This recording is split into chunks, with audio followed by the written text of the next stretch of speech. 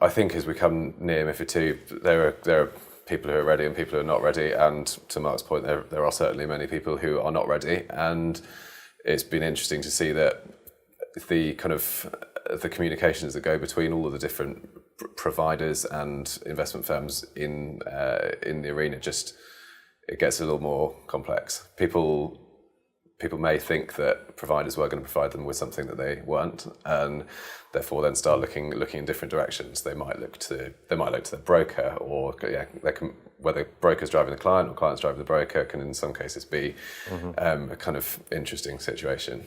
What are some of the challenges around that, though, where they're trying to get coached by different people on how to actually execute and implement this type of software, if you will, in the regulatory world? Well, some of it is very kind of binary. Some things are, we thought you were going to do this for us. Particularly for buy-side firms who've not really had to be involved in the reporting, not quite so clearly required to report as they will be now.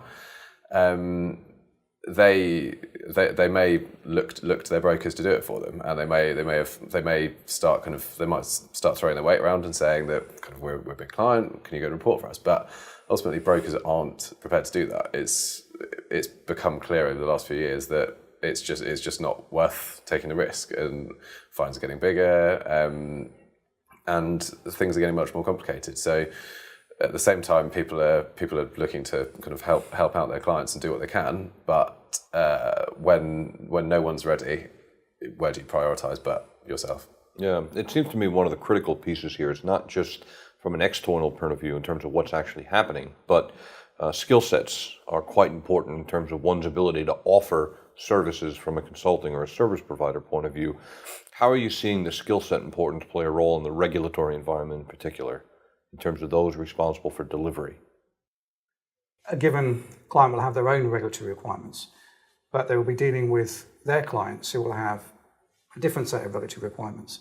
And if we can help them to see how they can adapt their technology to help their clients, that should enable them to retain business and perhaps even grow their business. Mm-hmm. I think from kind of both of our perspectives, and particularly from a business perspective, it's important for firms to start looking at what they can do with what they've done, essentially. So in a lot of areas, we've had kind of operations and compliance people building systems that kind of are made to fit regulation. But I think personally and from a business perspective, it would be interesting to start looking at how they can start using that data and using what they've built to kind of improve their offering to clients.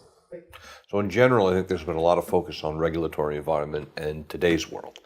I think we've agreed in this discussion that tomorrow's world is as important, if not more, because of what's going to happen down the policy pipeline, but also from the implementation point of view. So what's your advice out there to the enterprises, from both of your perspectives, on how to think about the future?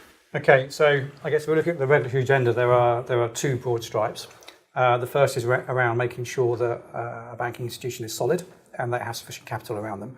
So I suspect that we'll see continuing call for new, perhaps more sophisticated, but certainly more robust models around an institution's finances and capital reserves.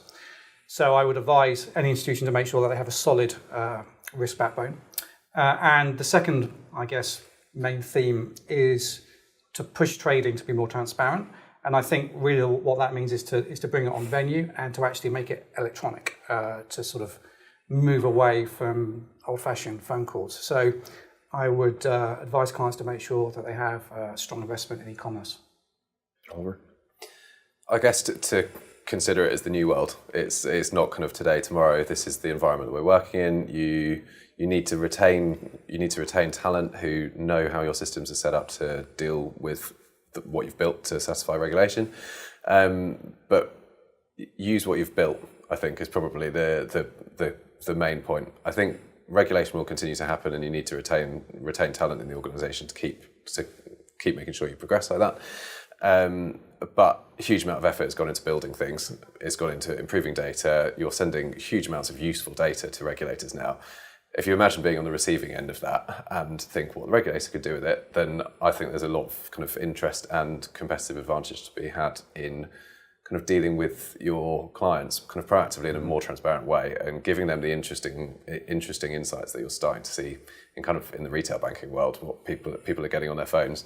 Take that into investment banking and use that data. Interesting. Well, thank you, gentlemen. Interesting discussion indeed. I think one that is certainly going to be important from many different dimensions, and I think both of us, in terms of our firms, can offer a lot of value to moving ahead, certainly at a global level. So I appreciate the time spent here today.